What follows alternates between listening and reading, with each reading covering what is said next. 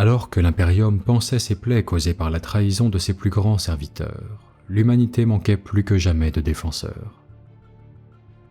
Menacée par une myriade d'ennemis qui étaient avides de se repaître de la charogne d'un Imperium à l'agonie, il était urgent que l'humanité se dote de nouveaux guerriers loyaux et inflexibles. Dans la tourmente qui succéda à l'hérésie d'Horus, certains magos biologistes cyniques poussèrent leurs explorations génétiques jusqu'aux frontières de l'inhumanité. Ainsi naquirent les Primogreens. Les Primogreens ne sont pas une force de frappe vive et affûtée comme l'Adeptus Astartes, le glaive de l'empereur. Les Primogreens ont au contraire été créés comme une force de défense solide, rustre et brutale, mais par-dessus tout loyale. Elle repose sur deux piliers, la carrure extraordinaire d'Homo sapiens gigantus et la technologie ésotérique de l'Adeptus Mechanicus. Ces colosses jouissent naturellement d'une force prodigieuse, mais ils sont améliorés génétiquement et enchâssés dans d'imposantes armures énergétiques baroques. Regroupés au sein d'une centurie, ils sont une nouvelle forme du courroux de l'empereur déifié.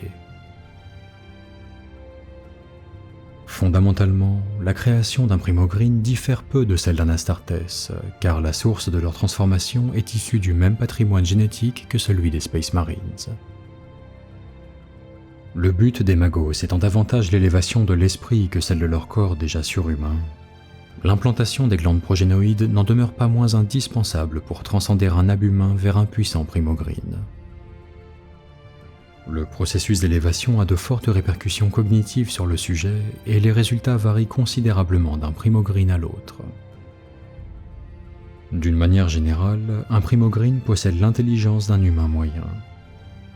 Il s'agit toutefois de capacités de raisonnement bien plus pragmatiques et situationnelles que celles d'un humain.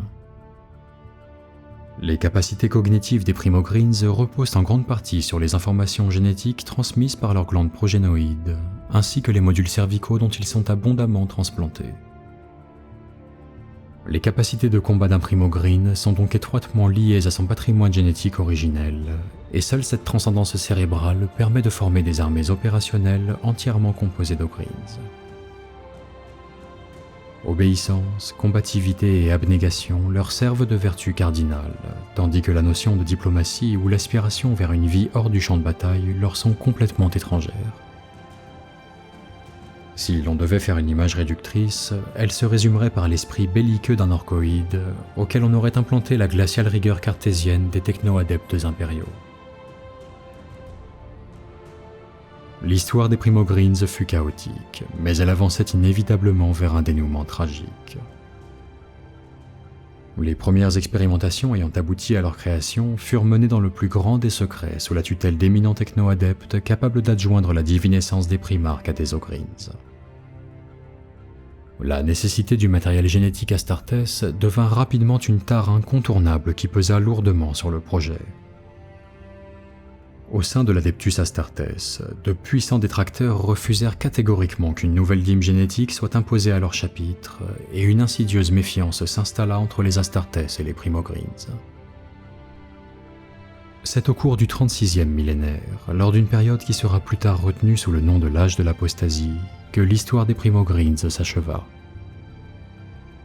En ce nouvel âge sombre, ce fut l'embrasement suscité par la rébellion de gouverneurs indépendantistes qui mit en lumière la faiblesse de ces guerriers colossaux. D'une loyauté absolue, les Primogreens s'avérèrent incapables d'appréhender la déviance de leur maître. Les centuries se contentèrent de faire docilement ce pour quoi elles avaient été créées, la guerre.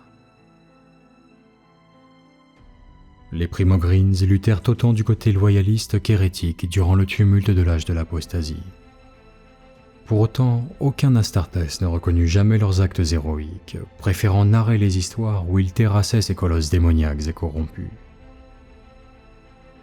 Même si les forces impériales comptaient peu de centuries Primogreens, elles prélevèrent un lourd tribut aux Space Marines au cours de cette période, et la défiance originelle se mua en une haine viscérale. Le coup de grâce fut le concile du Croc, lors duquel on statua sur l'implication des Primogreens dans l'apostasie, mais surtout sur leur légitimité à exister en tant que serviteurs de l'humanité. Lors de ce concile, on dut trancher entre la destruction de ces abominations ou la préservation d'une arme certes imparfaite, mais encore utile à un impérium qui venait de se déchirer pour la seconde fois de son histoire. L'Astartes Apocrypha fut proclamée comme un arbitrage inédit. D'abord, les dizaines de centuries restantes après les conflits furent frappées par un damnatio memoria, obligeant l'effacement de toute trace des Primogryns dans les archives impériales. Parallèlement, les Primogryns conserveraient le droit d'exister en secret et de lutter pour le compte de l'Imperium. Mais la sentence prononcée était insidieuse, car elle accordait de fait un droit de vie et de mort sur les Primogryns aux chapitres Space Marines les plus rancuniers. Quant aux Primogryns survivants, ils devraient lutter sans fin pour l'humanité sans que quiconque ne puisse faire mention de leur existence. Moins de 2 siècles plus tard, l'administration mobilisée avait effacé toute archive concernant ces colosses et les bribes de souvenirs les concernant se dissipèrent dans les brumes du temps. Plusieurs millénaires se sont écoulés depuis la sanction de l'Astartes Apocrypha, et il ne subsiste rien d'autre des Primogryns que quelques centuries dispersées dans toute la galaxie. Mais tandis que s'élancent les navires de la croisade Fulminata, les derniers vestiges des centuries Primogryns connaissent déjà la place qu'ils endosseront dans la guerre pour le secteur Venexian. Peu leur importe de savoir si l'on autorisera enfin à chanter leurs louanges sur Sainte Terra. Les Primogryns se mettent en ordre de bataille sous la bannière de l'Aquila, conscients que ce combat sera peut-être leur dernier avant de sombrer à jamais dans l'oubli.